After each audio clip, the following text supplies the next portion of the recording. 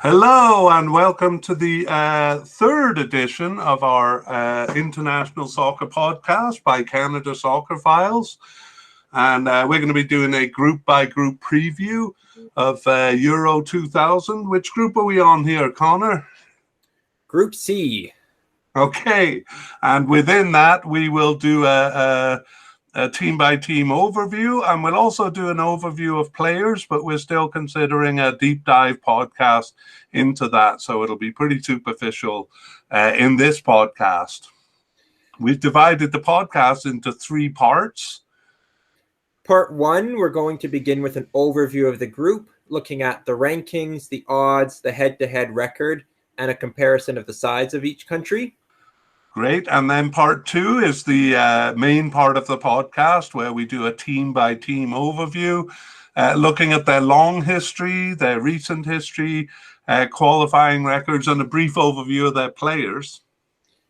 And finally, part three will be our discussion of each team's prospects and our predictions for the group. Great. So let's begin with part one, which will be an overview of the group. Tell us about Group C, Connor. Group C features the Ukraine, Netherlands, Austria, and North Macedonia. Ukraine will be competing in their third straight European Championships. They are entering on the back of a solid qualifying campaign that saw them top their group and actually earn a pot one seeding for this tournament. So they are the pot one team in Group C. Yeah, not so sure about that. How about you, Connor?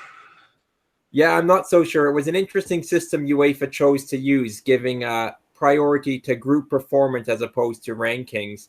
But it's worked in the Ukraine's favor. They've been able to sneak into that first pot. Yeah, and arguably Netherlands is the team that should be there, but we'll talk about that. They're back in a major tournament for the first time in 6 years. They failed to qualify for the previous Euro and for the previous World Cup. Austria are competing in their third ever Euros. However, they've yet to make it beyond the group stage. That's right. And North Macedonia making their first appearance in a major tournament as an independent country. They were a member of the former Yugoslavia. Along with Finland, they're one of the two teams making their European Championship debut. Kind of came in through the back door, Connor. Yeah, they've benefited from a new system in the Euros, which created a separate pathway based on Nations League results. Yeah, we'll talk a bit more about how we feel about that. But let's go down to the rankings of the teams. Connor, take it away. So in terms of world rankings, Ukraine, which as I mentioned are the pot one seed for this group, they're ranked 24th by FIFA and 18th in ELO rankings. Once again, FIFA rankings and ELO rankings are just two different systems used to rank teams. One is the official version used by FIFA. ELO is an informal system, but we've often found it to be a little bit more accurate. That's right. Go Ukraine ahead. Has been, on a slow upward trajectory ever since December 2017, when they were 35th and 34th respectively. So they've climbed a little bit in the last 3 or 4 years. That's right. In FIFA rankings in 2011, they were 55th. And in June 2004, they were 71st. So they've really come up in the world. Absolutely. Yeah. Okay, how about the Netherlands? Netherlands are 14th in the world, according to FIFA, but are even higher in the ELO rankings at 7th. They've been in the top 10 in the world, according to ELO, for the past 3 years, though they haven't cracked the top 10 in the FIFA ranking since June 2015. Prior to that, they spent all of the 21st century inside the top 10 teams in the world in both systems. Wow. They were second in the world in both ranking systems just a decade ago in June 2011. But then they bottomed out at 32nd in FIFA and 17th in ELO in June 2017. We'll talk a little bit about why that was the case a bit later on. Okay. However, they've managed to climb again since that time. What do Great. you So make of they're that? well, I think even though the history we'll do of Netherlands is a bit long and complicated, I think it actually doesn't matter that much. It's really their recent form that really is a factor in this tournament. How about Austria? Austria are ranked 23rd by FIFA and 26th by ELO.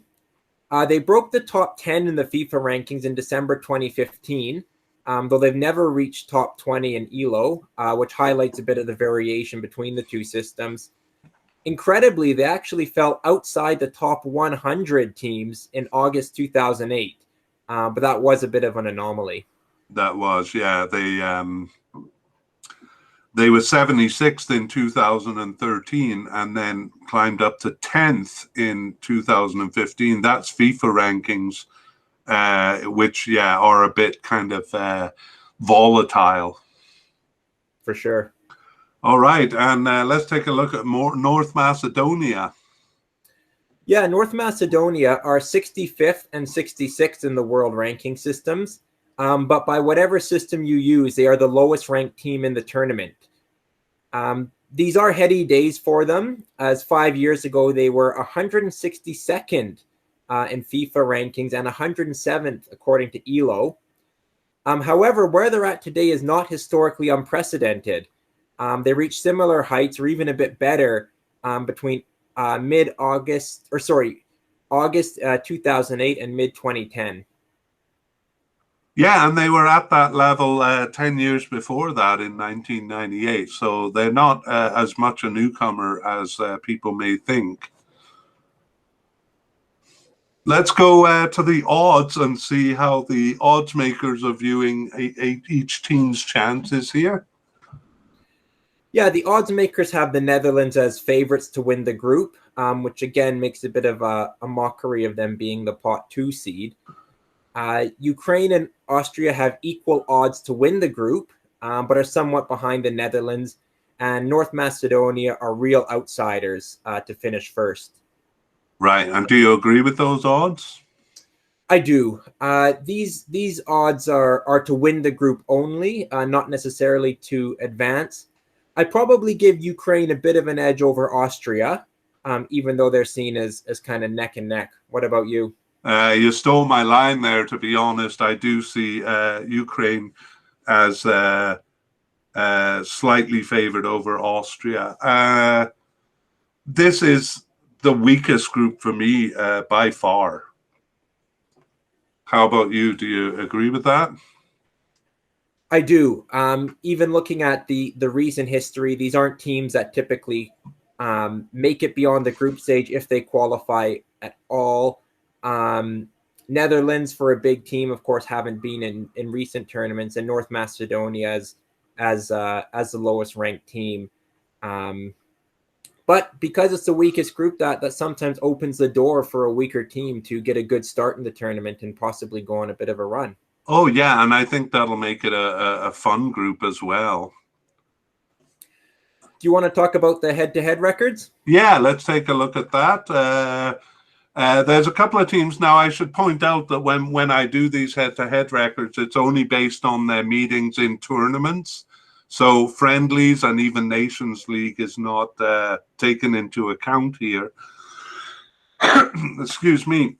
The only team the Ukraine has played is North Macedonia. They've never actually met Netherlands and Austria in competition, which isn't that surprising because they've only been around as the Ukraine since 1990. They were part of the USSR before that, and we talked a bit about that in our last podcast.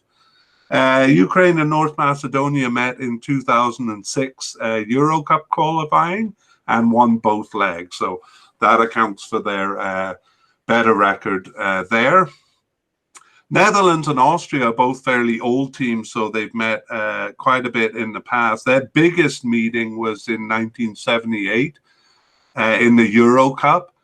They met in the second group stage. We'll see a bit later that in the 1970s and early 80s, there was a new format where they tried a first group stage and a second group stage. And Netherlands won that 5-1 and have the better record overall, 3-2-2, 3 wins, 2 draws, 2 losses. But they haven't met since 2004, so that may not mean that much here. Netherlands and North Macedonia, very interestingly, Connor, 2006 World Cup qualifying, they tied both legs. What do you make of that? That's amazing. Yeah, really a surprise, especially for a Netherlands team that at that point was qualifying and doing well in tournaments quite regularly. Yeah, absolutely. Well, North Macedonia, or Macedonia at that time, can be a big spoiler, and I think that may add a bit of spice to this group. Austria, on the other hand, met North Macedonia much more recently in the qualifying for this cup, and Austria won both legs. So you never know when North Macedonia is going to pull a fast one, but they didn't on Austria in qualifying. All right, let's take a look at the countries themselves. Starting with the Ukraine. Tell us a little bit about the Ukraine, Connor. Yeah, Ukraine, former members of the Soviet Union. They have the largest population of any team in the group at 41.5 million people. That's 35th in the world and the 8th largest population in Europe. Moving on to the Netherlands. The Netherlands have 17 million people, which is the 12th largest population among UEFA teams, but less than half of what Ukraine is. Still, it's a relatively small population compared to some of the historically big teams in Europe that the Netherlands has been able to compete with. Yeah, considering that, they've done really well as a country because they're not really a big country. Just like their neighbors, Belgium, definitely punched above their weight. Exactly.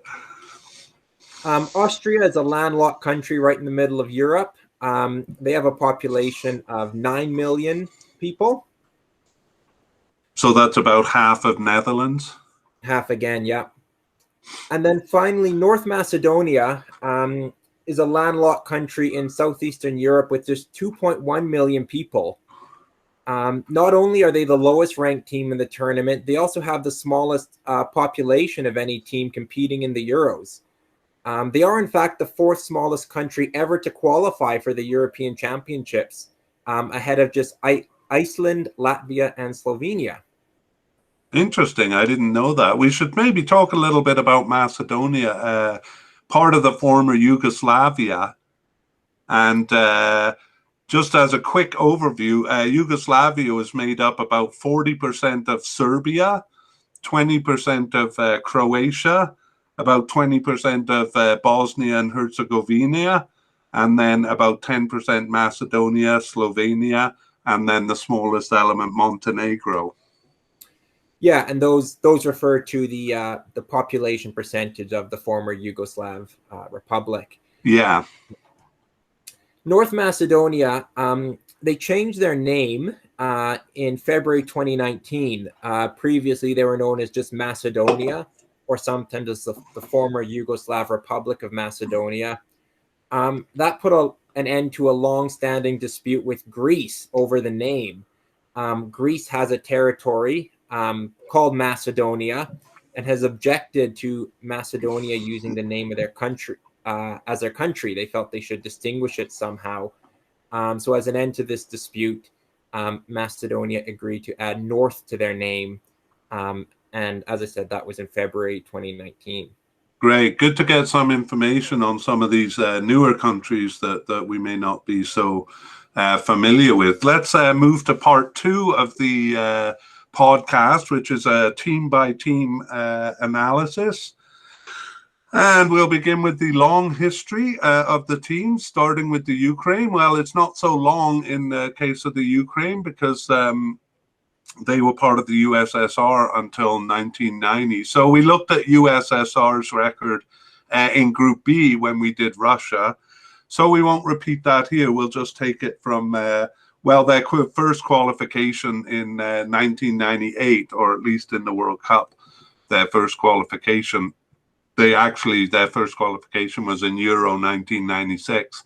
Beyond Russia, Ukraine was the main feeder nation to the strong USSR teams. They played their first match in April 1992, but were not able to put together a qualifying campaign for 1994. They're a team that's always on the edge of qualifying. So in World Cup qualification, they reached the UEFA playoff almost every time since 1998, and they have lost it every time. The exception is 2006 when they didn't have to go through the playoff because they won the group. And there they made it all the way to the quarterfinals. Beat Switzerland 3-0 on penalties. 3-0. That means Switzerland scored no penalties. But then getting through that, they lost to the eventual tournament winners, Italy. 2018 marks the first time they didn't reach at least the UEFA playoffs. So in those playoffs, they fell to Croatia in 1998 and were unfortunate to meet Germany in 2002. Both of those teams, Croatia and Germany, went on to reach the semi-finals. At least Croatia finished third in 1998, Germany second in 2002. It was Greece who knocked them out of the playoffs in 2010 and France in 2014. And in both of those cases, they gained an advantage in the first leg. They tied Greece away in 2010 and beat France 2-0 at home in 2014, only to lose 3-0 away, Connor. That is so unfortunate. A very unfortunate history with the playoffs. They've been good enough to finish second in the group, that means, not able to go that one step further. And four defeats. Really unfortunate for them. Yeah, and you want to tell us about the more recent history there? Yeah, so 2018 was a poor qualification campaign for them. They finished third for the first time, behind surprise group winners Iceland as well as Croatia. They took just 1 point in their 4 games against those top two. So that was where their problem laid. They were unable to beat the teams that they should have been directly competing with. And then, as you mentioned, it was the playoffs in previous tournaments before that. So 2018, a little bit of a dip for them. Yeah, and only one qualification for the Cup. Let's see if they've done any better in the Euro Cup. Their first campaign was ghastly. They finished fourth behind a surprising Lithuania. Croatia and Italy topped that group. 2002 qualification was actually a good campaign, but too many ties undermined them. They tied France at home and away, and they bested Russia. Bested means they won one and tied one. In the end, they finished a point behind France and a point ahead of Russia in a really tight finish. That was 2002. Looking back, they would rue a home tie with an Iceland that was a weak team at the time and an away tie in Armenia, especially after losing the playoff to Slovenia. So 2002 was a very interesting and competitive year. 2000 there rather than 2002. 2004 and 2008 were pretty unremarkable. And in 2012, they hosted, so they didn't have to go through qualification. I think you're going to take the recent history, 2016 there. Yeah, in 2016, they had a third place finish in qualifying behind Spain and Slovakia. But that was good enough in the expanded tournament for a playoff spot. There, they exacted revenge on Slovenia, who had won their playoff against them in 2000. They are competing in their 4th straight Euros, but haven't managed to reach beyond the group stage. As co-hosts in 2012, they started with a win against Sweden, but then lost to both France and England and failed to advance. They had a really terrible tournament at Euro 2016. They were the only team out of 24 to lose all 3 of their matches, and they managed to do that without scoring a single goal. Those losses came against Germany, Poland, and Northern Ireland. So on the face of it, it was a group that they could have got out of. Yeah. Yeah, so 2 qualifications, or I guess with 2020, 3 qualifications. Would you take 2 qualifications and the group stage, or like the World Cup, 1 qualification but getting beyond the group stage? That's a good question. I mean, 2006 and the World Cup lives long in their memory, but I think for Ukraine, given how close they've come to qualifying, many times losing in the playoffs, I think for them, being consistent qualifiers is what will show improvement for them, and from there they can hopefully build on tournaments. So if I was them, I'd take their Euro record where they're at least making regular appearances. Yeah, well said. Let's just kind of go back then and make some general comments. They are what I might call an almost team on the edge of qualifying and only sometimes managing to do so. Their 5 playoff losses was becoming a bit pathetic or comical even, until finally winning in 2016, although, as you said, they didn't do well in the tournament. As unconvincing as they've been in Europe, they'll probably be regulars in the tournament now that it's expanded. But I think my overall feeling about Ukraine is that there's no real pattern of improvement or decline over the last 20 years. Yeah, they've been a very steady team. Like you said, finishing second, which is sometimes good enough, sometimes not in qualifying. 2006 was really a glorious exception, but I would have to say that they really failed to make their mark on any major tournament otherwise. Yeah, I mean, being a steady team and an almost qualifier, if they could just kind of push it up that edge to being a steady qualifier, that's probably what they want. Let's take a look at their very recent history with the 2002 Euro Cup qualifying. 2020. Sorry, I'm getting my numbers all wrong here. I hope I'm not confusing people. We can see that they went undefeated. I don't know how well you can see the actual words there. For those of you who are looking at the video cast. For those of you on the podcast, it doesn't matter that much. They're just images to kind of help us along, but they don't contain much information. You can see here they won all games at home and they went undefeated. So as you said at the beginning in the overview, a good qualification for this one. They only tied Portugal and Ukraine away, and they finished in first ahead of Portugal. Yeah, in very recent action in the Nations League, in 2018-19, they finished first in their group ahead of Czech Republic and Slovakia, which promoted them to League A. But there they finished last behind Spain, Germany, and Switzerland. So they've been relegated back to League B. Unfortunately for them, they were relegated on goal difference against Switzerland. However, their match in Switzerland was awarded a 3-0 win to the hosts, as the match was cancelled due to the Ukraine team being placed in quarantine because of positive COVID tests. So they can count themselves a little bit unlucky there. More recently, in World Cup 2022 qualification, they've tied all 3 games. The first result was great. It was an away draw with France.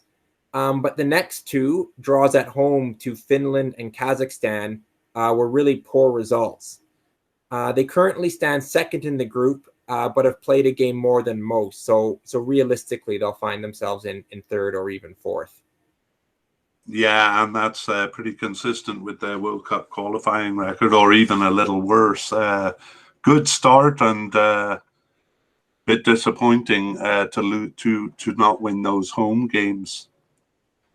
Let's go to the recent scorers here in the 2020 Euro qualification. We see Roman Yaremchuk with 4 of their goals, and then a couple of players with 3 or 2.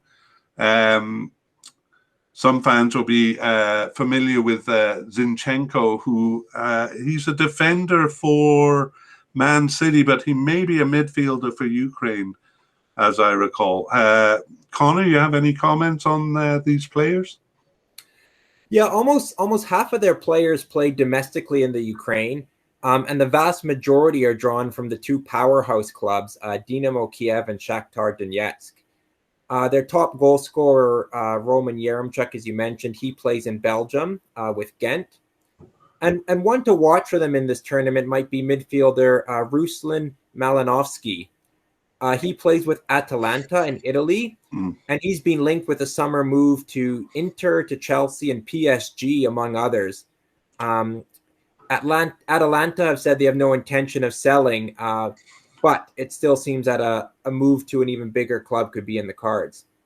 Yeah, mind you, Atalanta is becoming a pretty respectable club to play for. Now, how about, we'll just go down to the 2022 World Cup scores. Not much going on there because they haven't scored that much. Yeah, 3 goals from 3 different scorers, so really not much to speak of. Okay, are we ready to move on to the Netherlands? Let's do it. Okay, well, they have a very long history. They didn't enter the first World Cup, but they qualified in 1934 and 1938, making them a senior team. But they didn't make a mark in those cups. They didn't get past the first round. In fact, they were minnows on the scene in the European theatre, either not entering or not qualifying for World and Euro Cups until the 1974 World Cup. But boy, oh boy, they sure exploded onto the scene that year. Then, and at times since, they've been a world and European power with 2 second-place finishes in the World Cups in the 1970s. They won the 1988 Euro Cup, which started another good period in the 90s.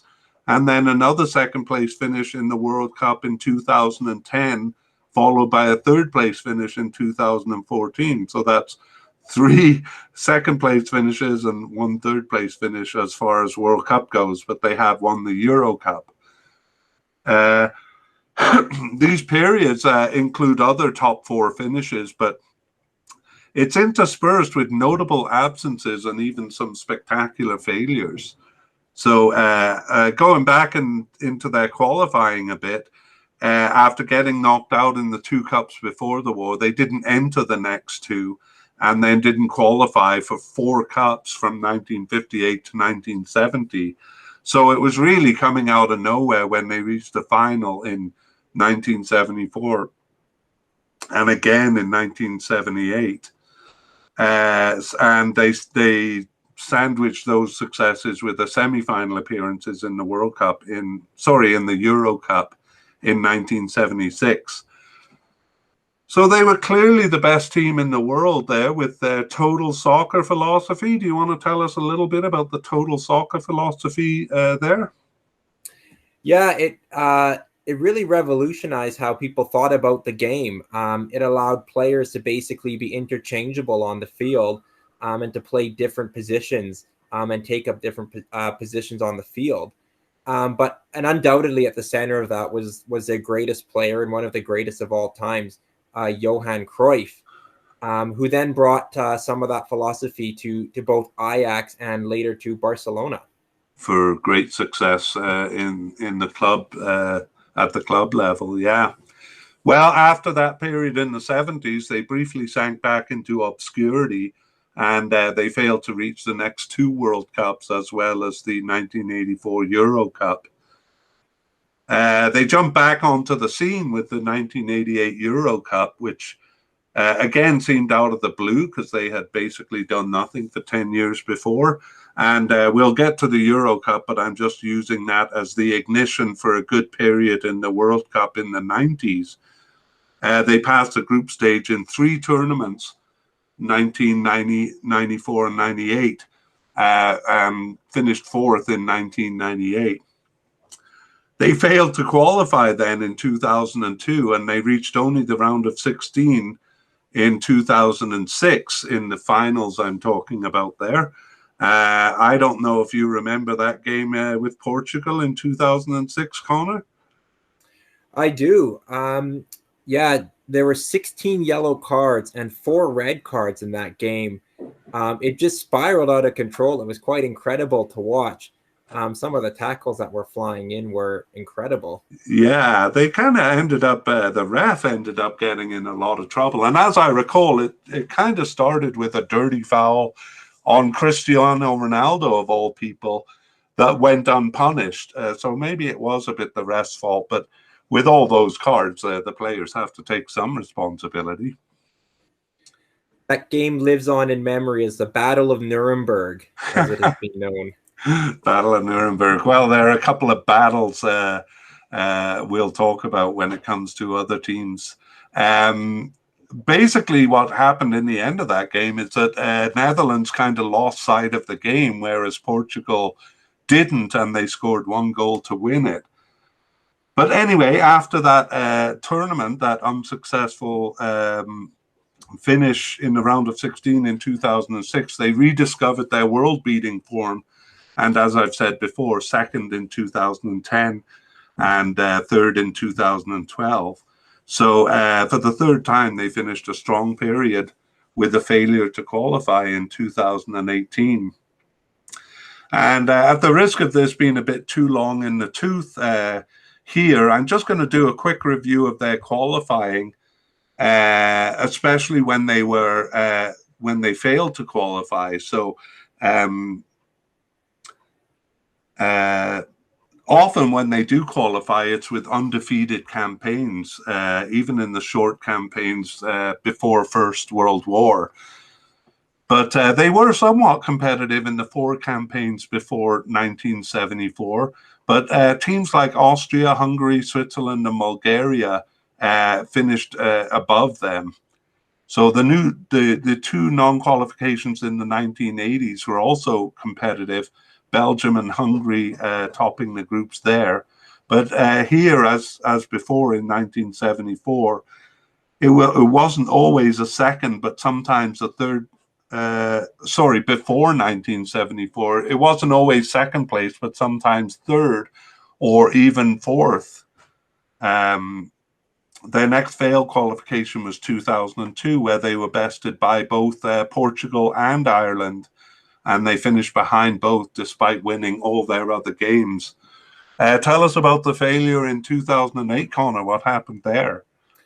Yeah, in 2018, they were in a tough group for World Cup qualifying with France and Sweden. They finished level on points with Sweden for second, but finished third based on goal difference and therefore missed out on the playoffs.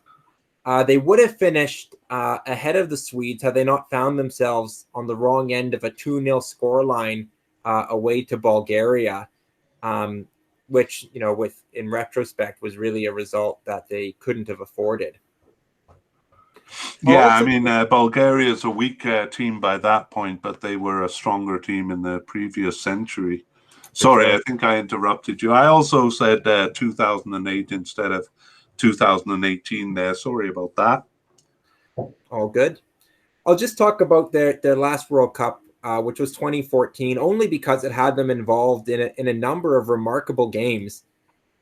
They topped what was labeled as a group of death with Spain, Chile, and Australia, and they hammered Spain 5-1 in their opening match to avenge their World Cup final defeat of 4 years ago. In the round of 16, they required 2 late goals to beat Mexico 2-1, and the winner was quite a controversial penalty in the 94th minute. Do you remember that? I do remember that. I was furious. Yeah, Mexico had played so well. They were Netherlands were kind of unlikely winners.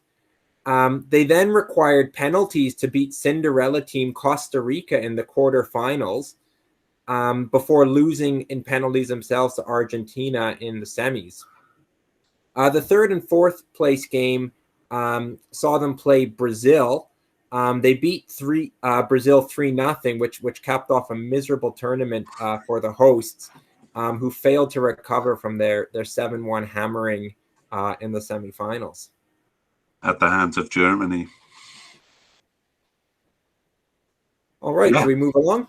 Oh, okay. Shall we go to the Euro Cup? Okay, well, Euro Cup is actually kind of a little bit different than the World Cup. So,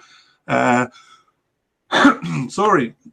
Following their poor run until 1986, so after the 78 World Cup, they didn't do anything. It was in Europe where they stormed back to form, winning in the 1988 Euro Cup. They, sorry, I'll just move on. Here too, their fall began in 2012 when they failed to pass the group stage, and they took third in the 2014 World Cup. Sorry, I'm getting all mixed up here. You can see they had a really successful period after that 1988 win, and they passed the group stage, reaching the semifinals 3 out of 5 times until 2008. But then in 2012, they were knocked out in the group stage and failed to reach the 2016 Cup, even though it had expanded to 24 teams. So you talked about that qualification, so I will just move on and say in Euro, they didn't enter this is the qualifying, a bit closer look at the qualifying. They didn't enter the first edition in 1960 and failed to qualify for the next 3. Hungary again proving a nemesis in 1968. Third place in 1976 in the actual cup. Didn't come out of nowhere because, as we know, in the 74 World Cup, they were great. But it kind of supported their strength in the mid-70s. However, it ended as suddenly as it began, with a group stage exit in the 1980 Euro Cup and then a failure to qualify in 1984. Then, after they won the Cup in 1988, they went on to pass the group stage every time and reached the semifinals 3 out of 4 times. Why don't you take us into the recent qualifications? Sure. Yeah, the failure to qualify for the expanded tournament in 2016 was an utter shock. They won only 4 of 10 games, and that was 2 wins each against Kazakhstan and Latvia. They failed to win any of their 6 games against the 3 teams that finished above them, being Czech Republic, Iceland, and Turkey. And in fact, a solitary point in their home game with Turkey was all they managed, losing the 5 other ones. In the last Euros they've competed in 2012, that was also disappointing. They finished last in the group and pointless, in albeit a tough group with Germany, Portugal, and Denmark. So their recent history for the Euros hasn't been good, despite having a sustained period of success, as you mentioned, from the late 80s through to the early 2000s.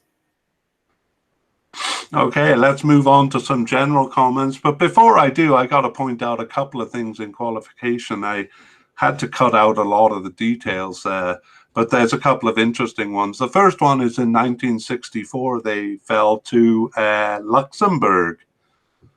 Wow. What do you think of that? That's a total shock.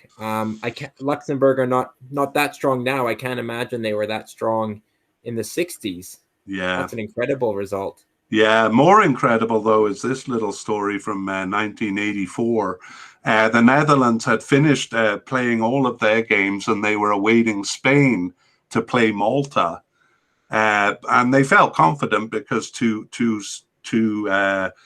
surpass them, Spain would need to win by an 11-goal margin. And by halftime, it was only 3-1. So the Dutch were feeling confident. But in the end, Spain won by a score of 12-1. Oh, my goodness. Something happened in the second half. Spain scored the 9 goals they would have needed to pass. And that incident actually gave rise to the argument that final games, even in qualifying, should be played at the same time. Wow, what a story. Yeah, that is quite a story. Maybe we should jump right to their recent history and Sure. see how they've done over the last couple of years. 2020 qualifying. That's me. Okay, so in qualifying for this cup, they were in a group with Germany. Now they're a pot 2 team, or a second seeded team, because of not qualifying for the previous two tournaments before. And so they were faced with Germany. Nevertheless, they did exchange wins with Germany. They lost at home, but won away. They won 4-2 in Germany, so a bit of a recovery there. The only other game they dropped points in was against Northern Ireland towards the end, and that was costly because they would have tied Germany on points if they had won it, but they probably would have lost on goal difference anyway. How about in the Nations League? Yeah, their performances in the Nations Leagues have been good. In the inaugural edition in 2018-19, they won their group in League A ahead of France and Germany, so quite impressive, which took them to the last four, the finals tournament. They won their semifinal over Switzerland, but fell to Portugal in the final. In the most recent edition in 2020-21, they finished a close second behind Italy, but ahead of Poland and Bosnia.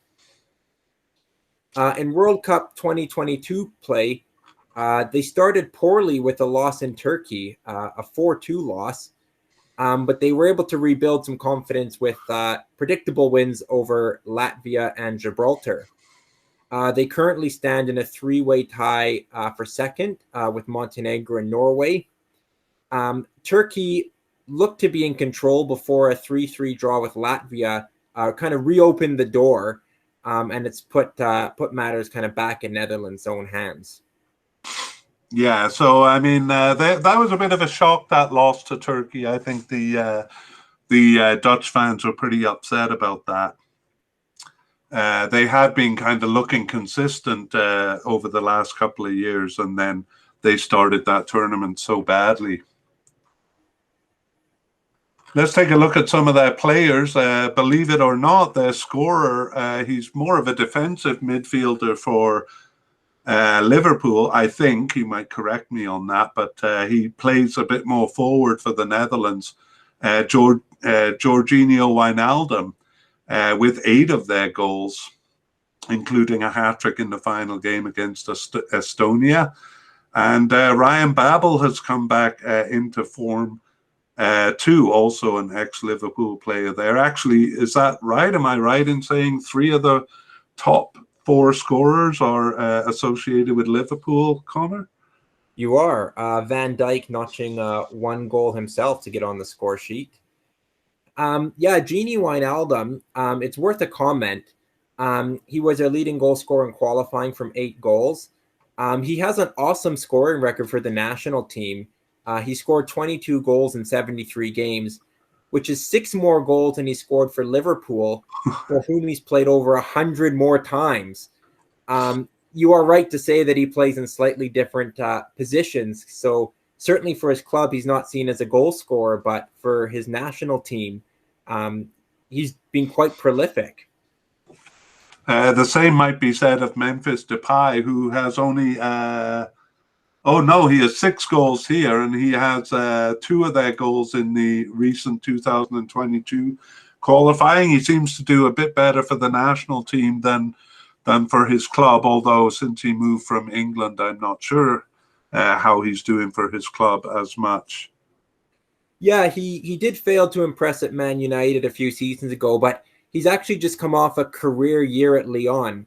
He scored 22 games across 40 appearances, which is the best scoring record of his career, and a move to Barcelona seems possible. I guess I should pay more attention to Europe than... Okay, let's move on to Austria then. They also have a long history. This part probably won't be as long as the Netherlands, which is a very complex history.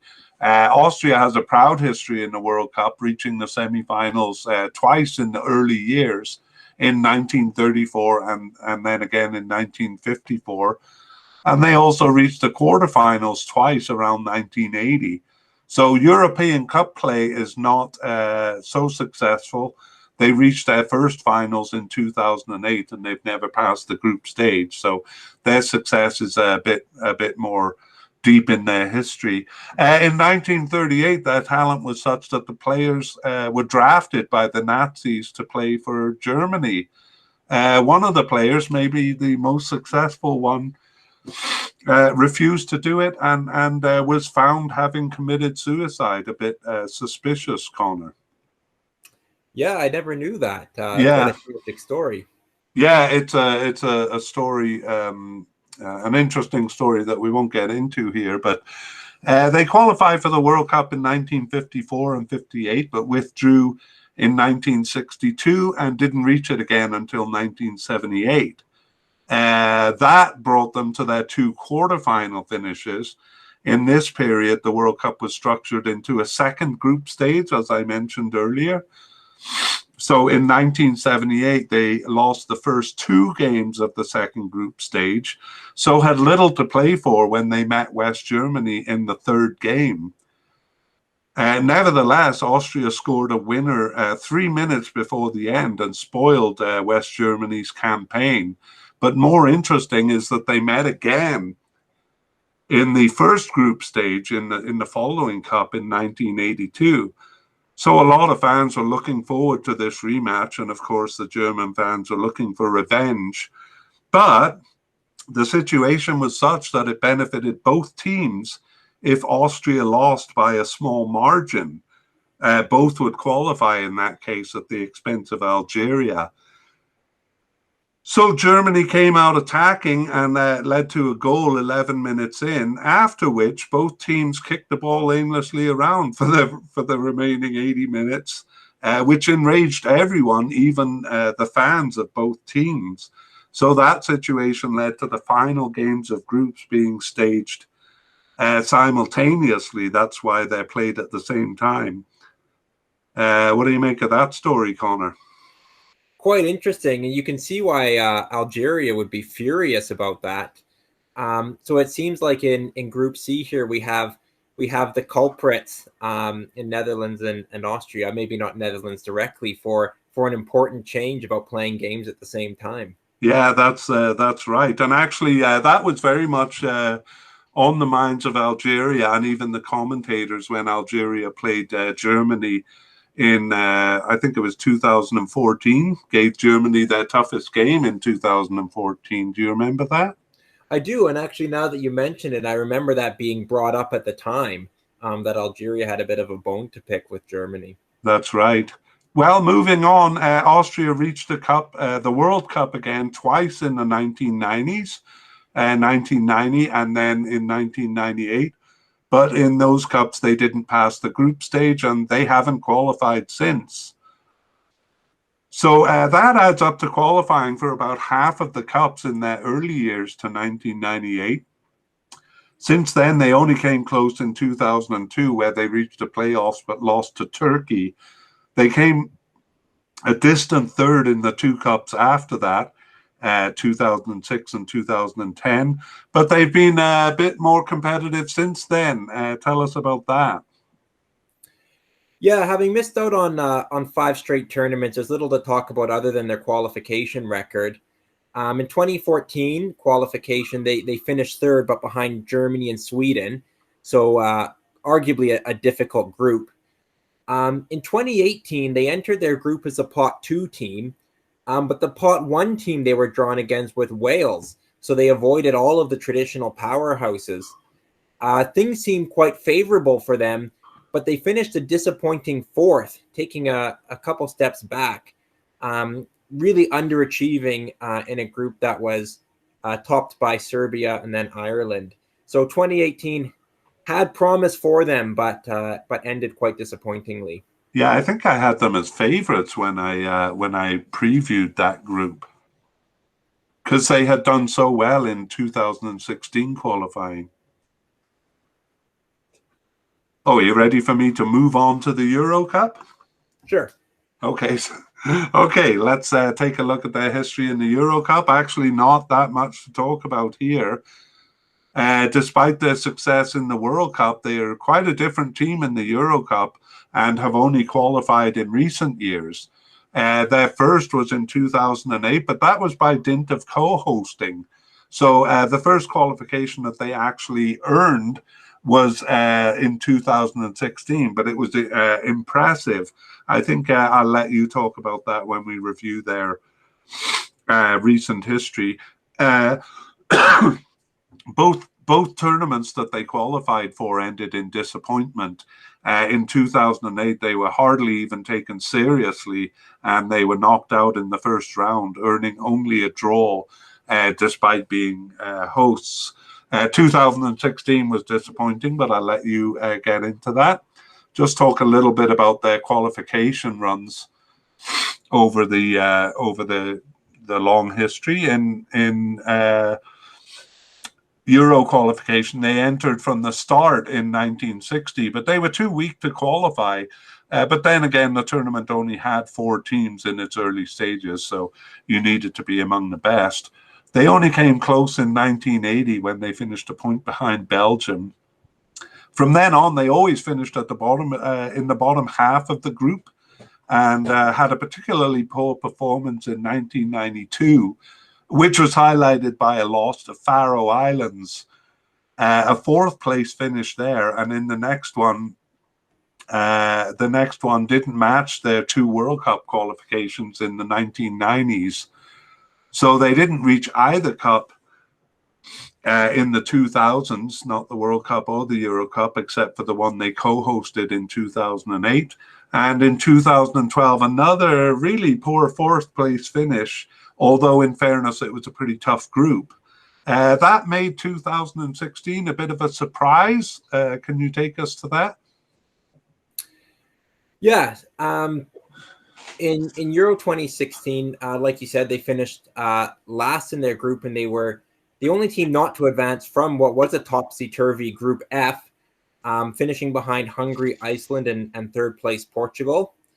As in their first tournament in 2008, they only collected a single point, so that means they're still looking for their first ever win at a European Championships. You mentioned some of the qualifying campaigns. Euro 2016, as you said, it was impressive. They suffered only an opening draw with Sweden to finish quite far ahead of them, and 2nd place Russia. So they were quite dominant. But again, there was major disappointment when they finished last in their group. Anything else you want to touch on there with Austria? Well, just a few closing comments. I think notable it's a stark difference between their performance in the World Cup and Euro Cup.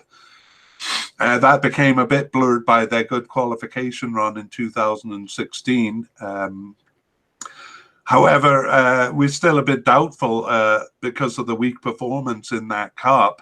And as I said, I was toting them as a possible group winner for the 2018 World Cup. But then they finished 4th of 6th.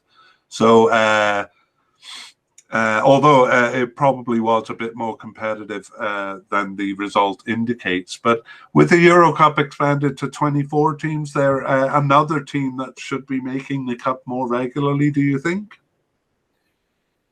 I think so. Certainly with 24 teams, because that allows some of the middle powers to qualify, which Austria certainly is. Like you said, that a really good qualification run in 2016 showed a lot of promise and pointed towards some improvement. However, their weak performance in that cup and a poor 2018 kind of leaves that improvement a little bit in doubt. For this tournament, we'll see. They have a chance to get out of this group, for sure, and. For them, it's kind of like Ukraine. Their goal should be to be qualifying for major tournaments on a regular basis. Yeah, at least the Euro Cup tournament. Let's take a bit of a closer look at the last couple of years for Austria. How have they been doing?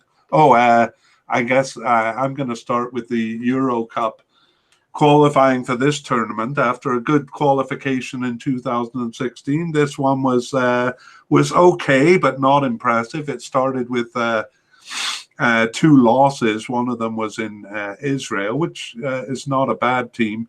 But the loss to Latvia at the end is a bit disgraceful because Latvia has become a fairly weak team. Otherwise, in the middle of the campaign, they had a good run, suffering only a tie with Poland. So that was good enough to get them into second place, which was an automatic spot for this cup. How about the recent matches, Connor?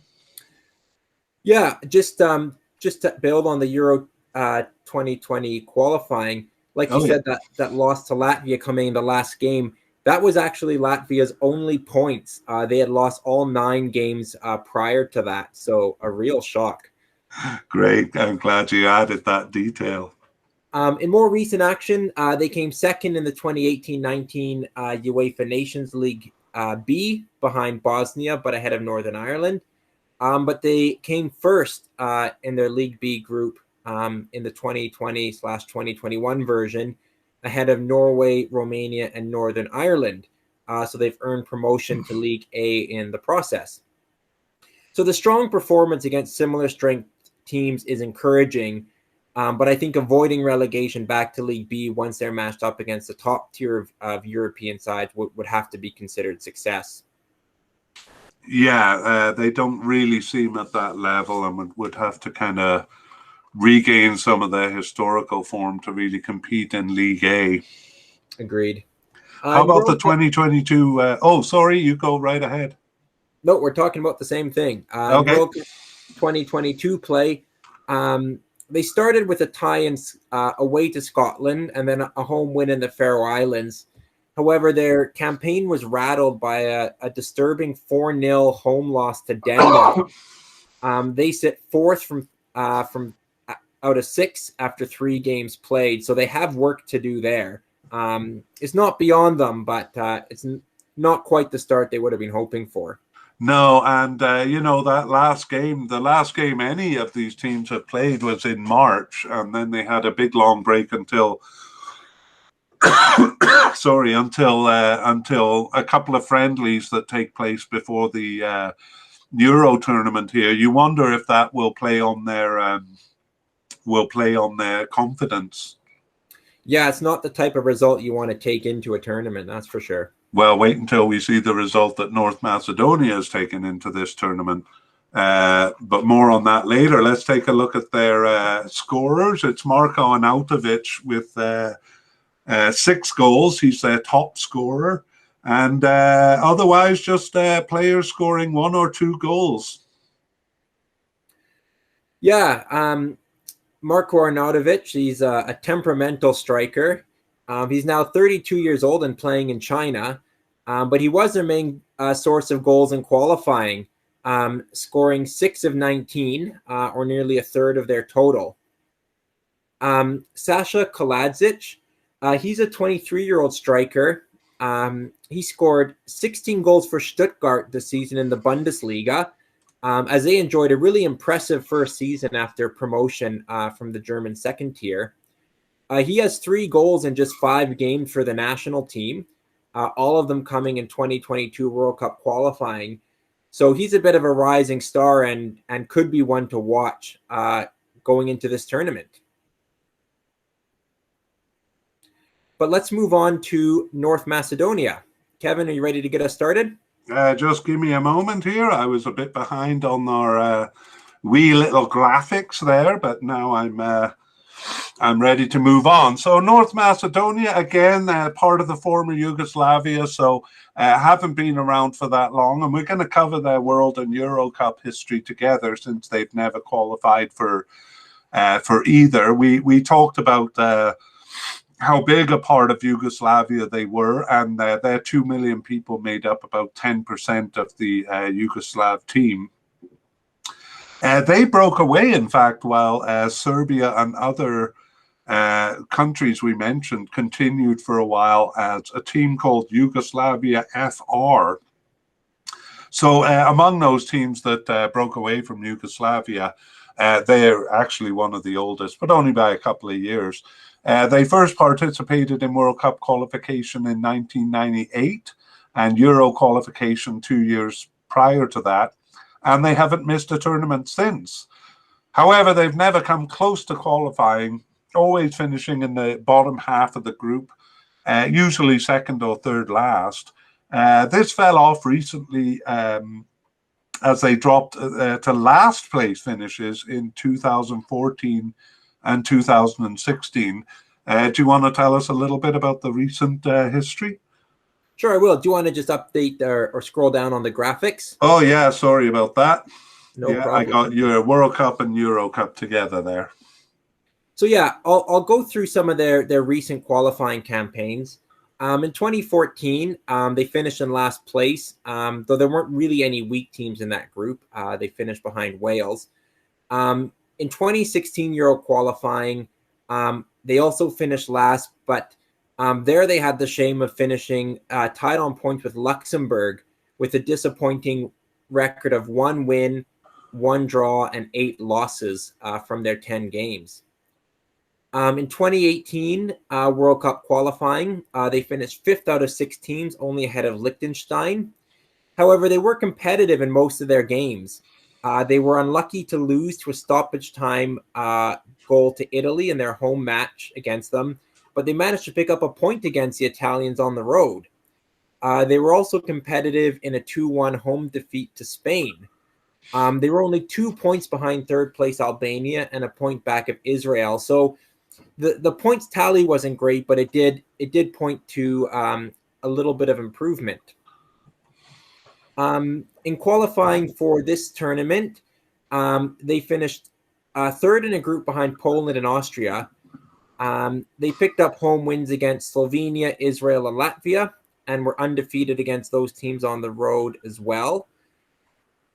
Okay, yeah. So I'll just kind of jump in there.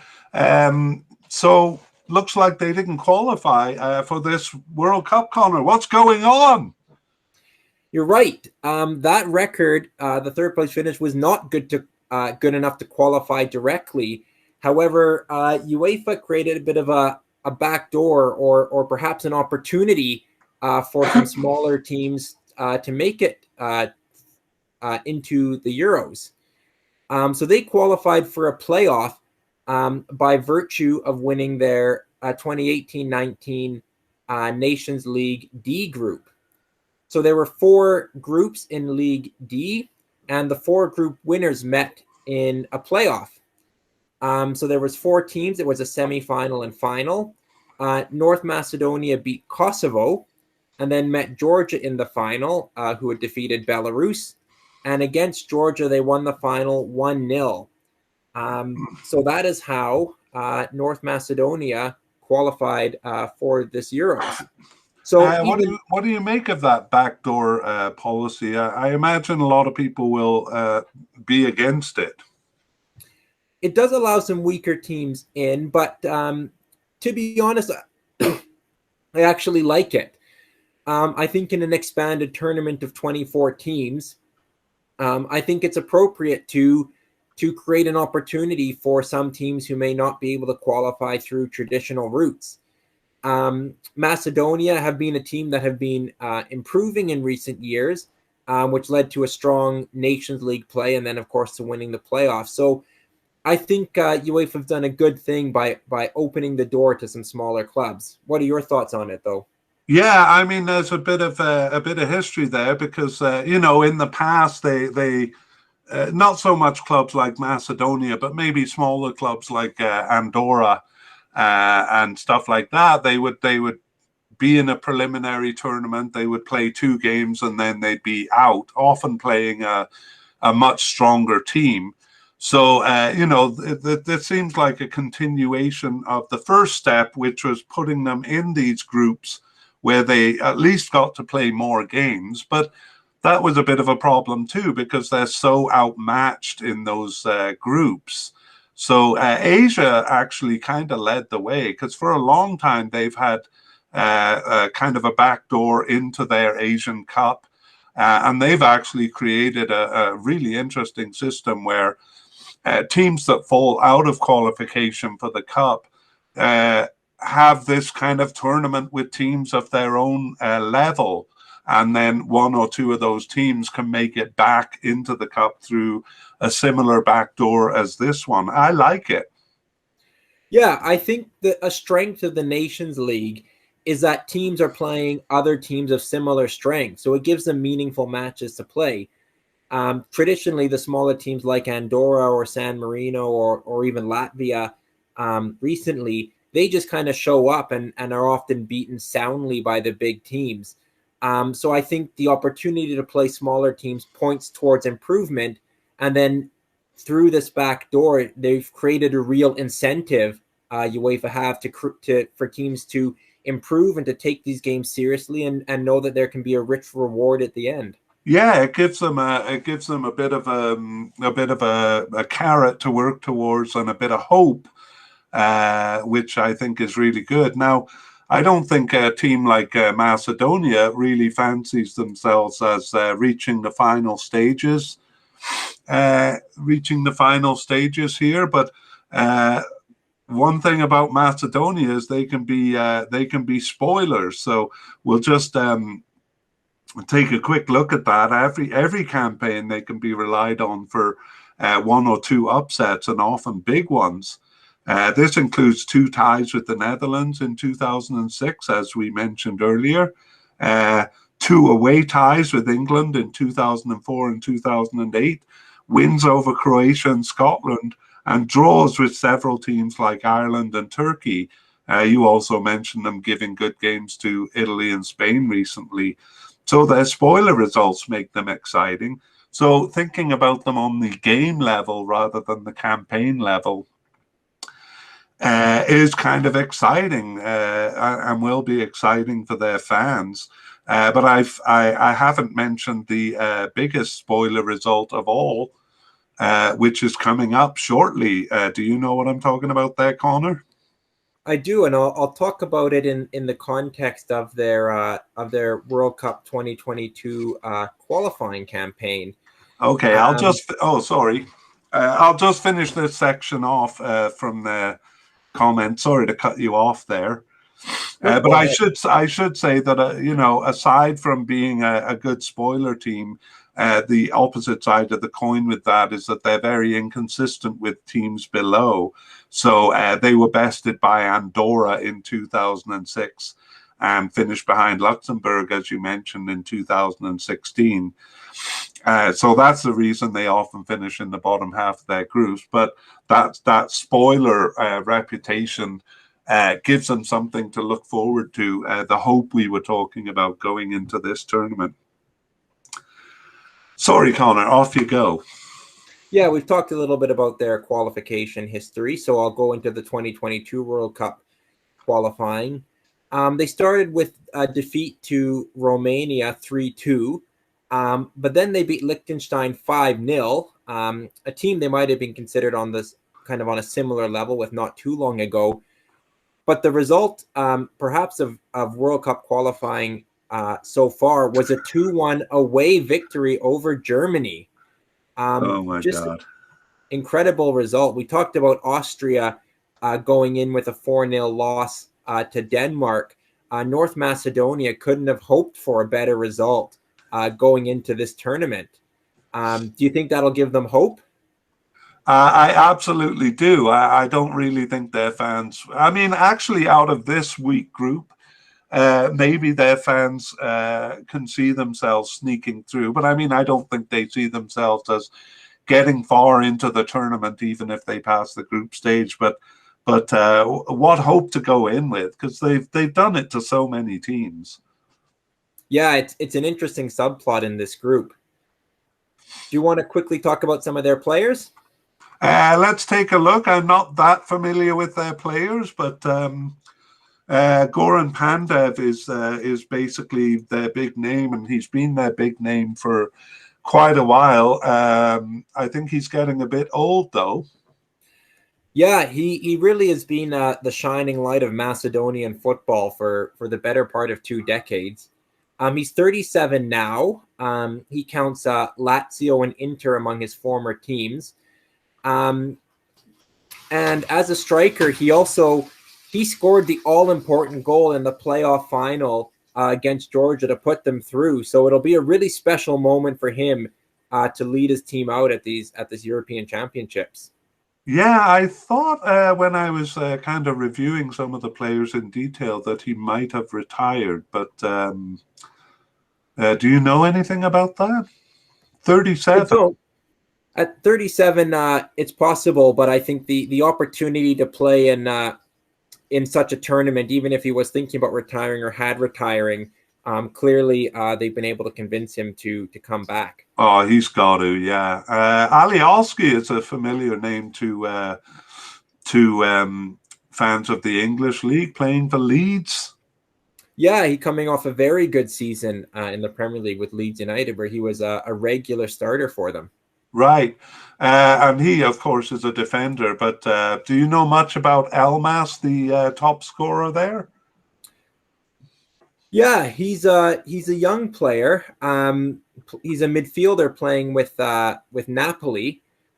He scored 4 goals for them in qualifying and has also hit the net twice in 2022 World Cup qualifying.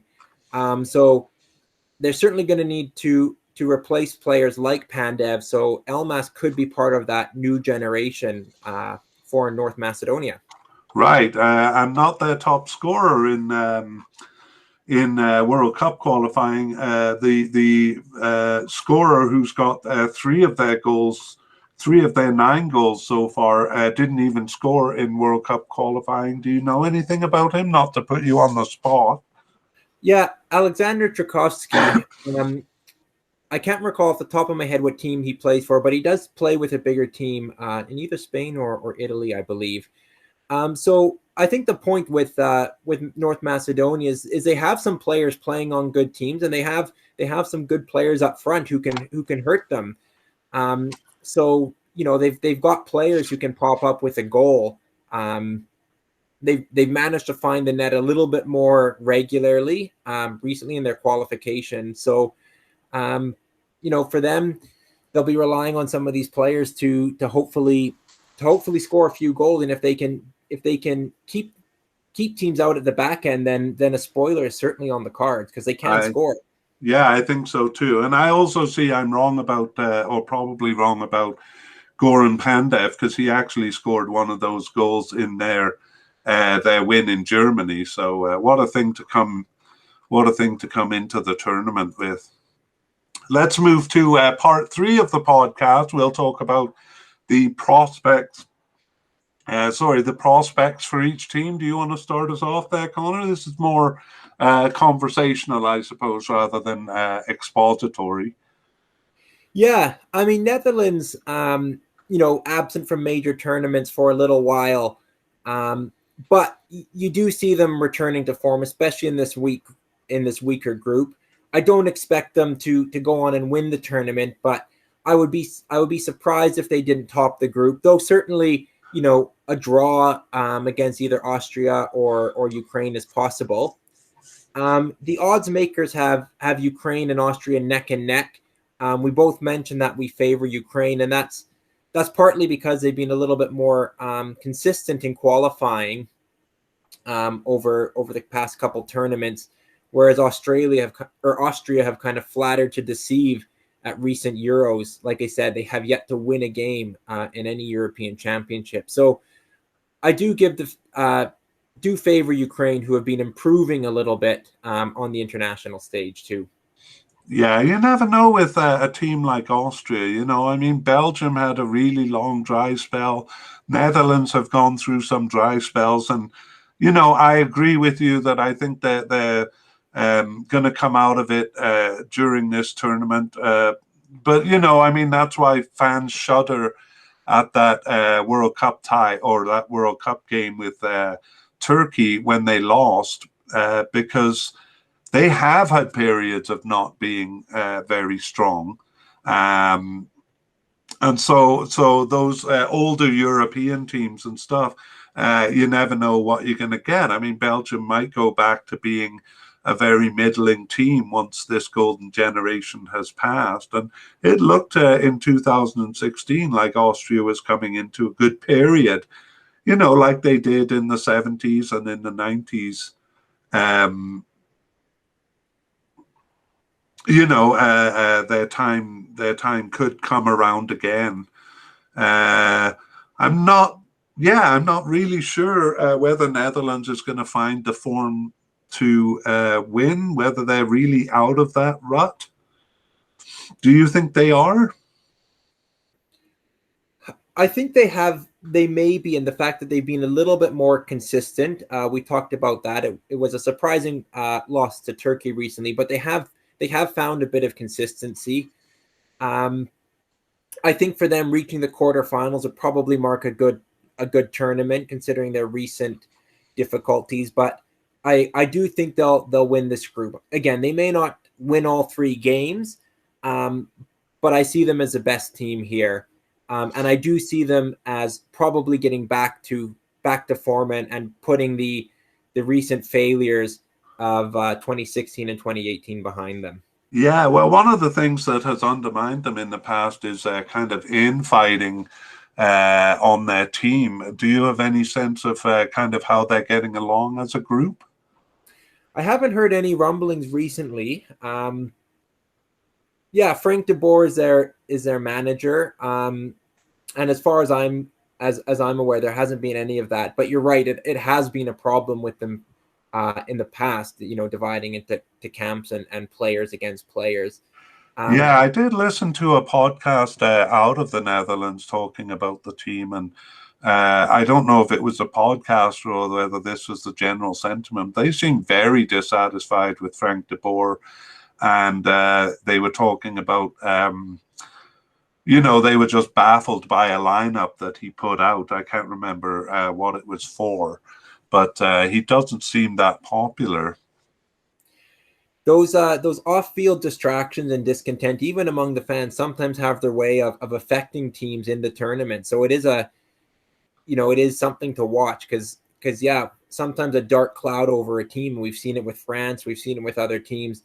Can lead to disappointing performances on the pitch. Yeah, and we're a bit neglecting in leaving North Macedonia out of the conversation here, and I really don't mean to, because I can very well see them getting a spoiler result in this group and actually dictating what happens at the top. If any one of these teams drops points to North Macedonia, that'll pretty much kill their chances of being at the top. Any comments there? I think North Macedonia will have to draw inspiration from their neighbors Albania, who made such an impact on the 2016 tournament. I think they'll be fierce competitors. There's a chance they could get rolled over, but their recent history and the result against Germany in particular shows that they're not a pushover, and that they will probably go into the Netherlands game thinking that they can get a point out of that. So I'm very curious to see how they'll do. Me too. I think that makes the group pretty exciting. I mean, we've seen these smaller countries like Iceland and Wales that they don't have a huge variety of players. So the players have been playing with each other for a long time, and a bit of that teamsmanship might come to the fore for them. Yeah, I don't think they'll advance, but they may have a major say on this group. Like you said, in there's 6 Euro groups and third place finishers in 4 of them, the best third place finishers will advance to the next round. And I think if any of these teams, particularly Austria and Ukraine, drop points to North Macedonia, that could really kill their chances, or whichever third place team it happens to be in this group, of advancing. Yeah, and it's not inconceivable that North Macedonia could take third here. But give it to me straight, Connor. What's your prediction here? If I have to put them in order, which you're making me do, I'm going to go Netherlands, Ukraine, Austria, North Macedonia. And I got to go the same way. I'm not as convinced by the Netherlands, but I don't see any other team really to win it. I'm not being clear there, but Yeah, I got to put Netherlands at the top, even though I'm not dead sure about them. I do give Ukraine the edge over Austria, but I do feel that North Macedonia will have an influence on affairs by coming out of this with a point or more, even though I see them finishing at the bottom. Okay, well, do you want to sign us out here, Connor? Great talking to you about this.